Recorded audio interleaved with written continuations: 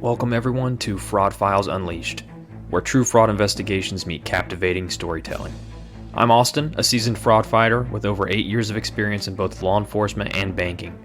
Join me on a first-hand journey through real cases, offering insights into the dangers and intricacies of fraud. Whether you're a fellow fraud fighter or eager to learn about fraud prevention, I invite you to tune in. Brace yourself for a mix of knowledge and humor, and I apologize in advance because there's going to be a lot of dad jokes throughout this podcast. Let's uncover the secrets of fraud together. Episode 4, Cop or Con, the twisted tale of spoofed calls. So you're back for more, eh? My bad sense of humor and mediocre storytelling hasn't scared you off yet? Well, you're in for a good one today. I've worked quite literally hundreds of fraud investigations involving spoofed phone numbers. Have you ever received a phone call from what appears to be your own cell phone number? Or maybe a call from a number where it was clear the caller wasn't who they said they were? That's phone spoofing. The act of hiding behind a phone number that the crook doesn't truly own. Phone spoofing is incredibly easy to do, and it's difficult to stop for a variety of reasons. This case I worked involved a criminal impersonating a cop. Not a big deal, right? To top it off, they were successful in scamming multiple unsuspecting victims out of their hard-earned money. Let's jump way back into the fall of 2018 to see what happened with this investigation. That time travel sound effect never gets old. Alright, here I am sitting in my beautiful office. It truly was glorious. Picture this. At this time, I had been working as a criminal fraud fighter on the Seminole County Financial Crimes Task Force for nearly 2 years.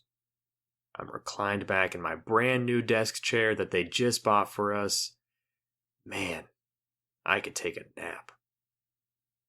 I truly could, because I just ate way too much at the local sushi buffet, and I was paying greatly for the amount of sodium and eel sauce I had consumed. I dazed out the window at my small little bonsai tree when my supervisor walked into my office. Austin, we have a serious problem. Yeah, we do. Why did we eat that much sushi on a Thursday? No, for real. We have a patrol officer downstairs with a victim right now who was scammed by an officer that works here. Oof. Does that mean I need to get out of this fancy desk chair to go see what's going on? Yes sir, I'll head right that way. I took the elevator down because I just could not fathom walking downstairs at a time like this. I had way too much raw fish in my stomach.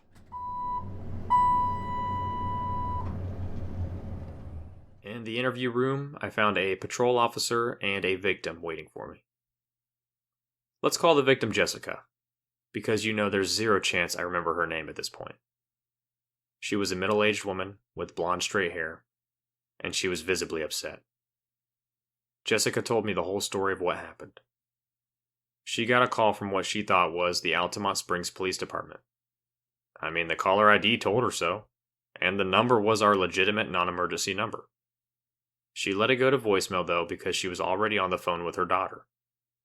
After she hung up with her daughter, she listened to the voicemail. It sounded something like this. Hello, ma'am. This is Lieutenant Smith at the Altamont Springs Police Department. You have a warrant for your arrest due to missing a court date and need to pay $500 to avoid going to jail. Call me back at 292 blah blah blah blah blah blah. My impersonation skills aren't that great, but he did sound very similar. After listening to the voicemail, I could clearly tell that sounded nothing like Lieutenant Smith. In fact, Smith was a sergeant at the time, not even a lieutenant. Sadly for Jessica, she thought the call was legitimate though. Jessica called back the individual at the number they left on the voicemail, which was different than the number they called from, and she ended up giving them $500 worth of iTunes gift cards over the phone. Who would have thought you could buy yourself out of an arrest with iTunes gift cards? I want to avoid victim shaming though, because this type of scam happens daily and it's extremely effective. Jessica thought she truly missed her court date, and the sense of urgency was effective. She broke. She didn't have time to think, and she gave in. I sadly had to inform Jessica that those gift cards were likely gone for good. The chances of tracking an iTunes gift card was extremely unlikely at the time, and they were probably sold online. While she was heartbroken, she just wanted to ensure that the subject was apprehended. Well, looks like I've got an investigation to do, because this is not a good look for our department, even though our number is being spoofed. Not much leads, though. What do I have? A fake name? They spoofed our phone number? Well, I got the phone number that the victim called back, at least. That's literally the only thing I have at this point. Maybe I'll get lucky, who knows? Not today, though. Sushi and spreadsheets do not work well together. I pulled in the office the next morning, refreshed, ready for Friday evening to be here, caffeinated, and eager to trace down this fraudster. First, let me water this bonsai plant. It's looking a little bit dry. Alright, let's log in and check my case manager. Oh no. It looks like my victim's not alone. I've got 2 new cases that are almost identical to Jessica's situation. Oh, goodness. Well, thankfully, it looks like none of them sent any gift cards, but I gotta put a stop to this now. I still only have 1 lead, though. Just this phone number. Let's look it up and see what I can find. Looks like it comes back to being a text now number. So it's not hosted by a standard phone provider. That would be way too easy. Lucky for me, though, I had worked with some text now investigators in the past. Text now was commonly used by criminals for nefarious means. I threw together a legal request to get more details on the account holder and sent it off to Text Now. I wasn't expecting much, but I had to try. These legal requests are commonly referred to as subpoenas. Usually we would wait upwards of 30, 60, or even 90 days to get these subpoena results back. But due to the circumstances, they allowed the results to be provided much quicker than usual. Within 2 weeks, I received my encrypted email from Text Now with all the information I requested. So, what did I find? Well, the account info, completely fake. The account was owned by a John Doe. Right. Address on file, fake. Oh my gosh, wow, what a dead end. Wait a sec. There's another phone number linked to this account. Let's look that one up real quick and see what we find.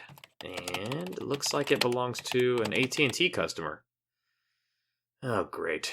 Looks like I need to send another subpoena request. Let's find out who truly owns that account. 60 days later. That's right. Nearly 60 days later, the AT&T subpoena showed up in the mail. Alright, let's pop this USB in and see what we can find. Oh my goodness, spreadsheets everywhere, folders everywhere. This is a mess. Looks like this account may have some legitimacy to it, though. It's owned by someone named Douglas, supposedly, and they reside in Atlanta, Georgia. They also provided call and IP logs. These type of logs usually don't give investigators access to recordings of calls or details of what's being said on the phone, but it does show the numbers dialed and the length of the call. I could see that Douglas contacted our non-emergency line a few days before all these victims were contacted.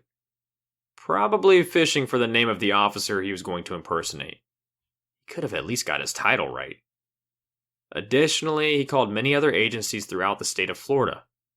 Sounds like he may be targeting victims statewide. Does Douglas really reside in Georgia, though, or is this just a fake account? Well, let's take a look at the IP logs. That should help us narrow down where the phone is being used. An IP address is essentially a unique number assigned to a device when it accesses a network. Investigators frequently use these to track down fraud subjects. You want to know something crazy? Even you can track down IP addresses. Well, at least at the surface level. A lot of the IP lookup tools are open source. You can find them via Google. And that's exactly how I looked up this IP address. Copy and pasted this IP into an IP lookup tool, and look at that. It comes back to Georgia. It's only about 10 minutes away from this subject's address. That's probably pretty legitimate. Very interesting. AT&T also provided information on the latitude and longitude where this individual was using their phone, and it matched with the IP addresses. So now I know they are not spoofing their IP address. They are physically located in Atlanta, Georgia. Well, what now? I'm kind of running out of leads here. I know this individual is in the Atlanta, Georgia area, but is their name truly Douglas, or is this some sort of identity theft issue? There's a lot of variations and things that could be going on here. Well, maybe I should try calling this individual and seeing if I can figure out if the voice matches what we have on the voicemail. The Text Now account had already been shut down, but this AT&T account is still pretty fresh. Let's see if anyone answers when I give it a call. Keep in mind, at this point I have no intentions of leaking this investigation, and I'm not even really willing to interview anyone. I'm just fishing to see if the person that answers the phone is going to match the voicemail. So I give this number a call, and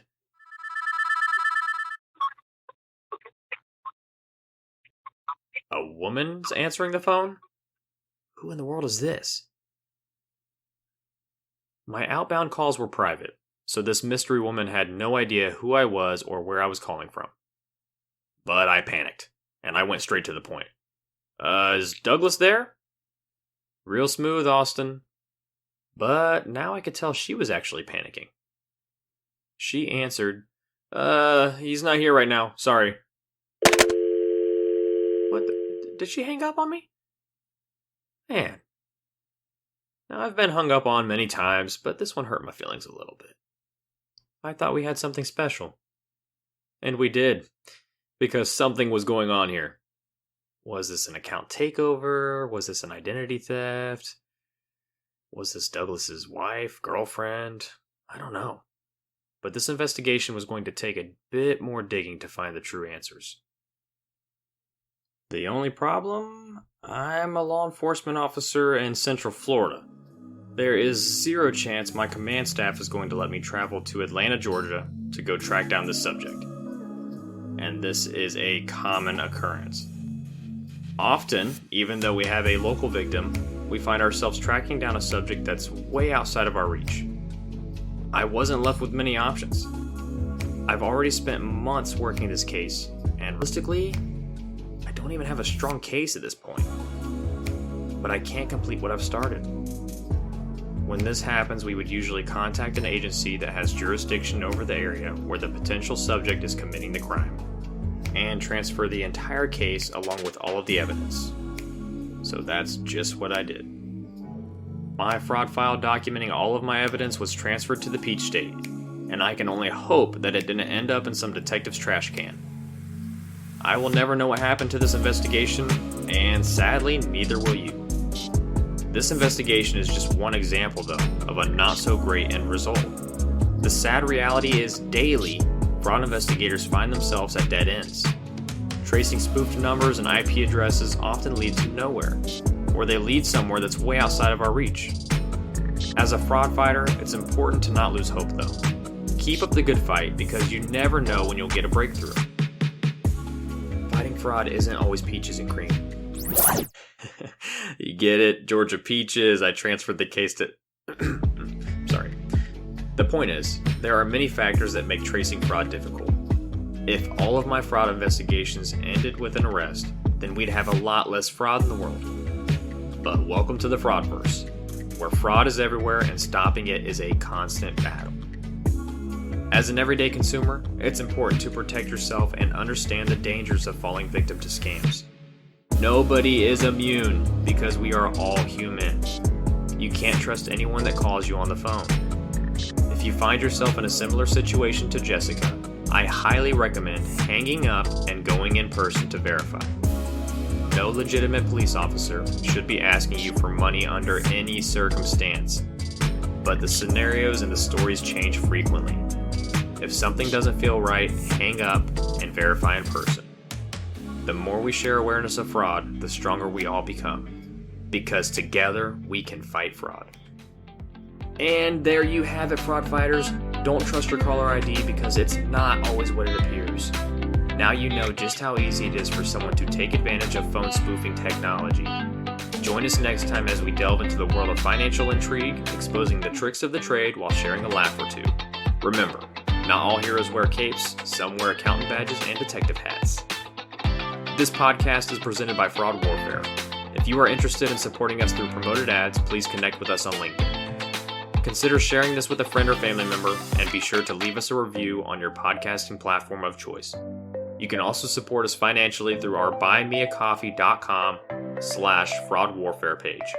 100% of these funds go towards improving the quality of our podcast, and of course some coffee. Thanks for listening.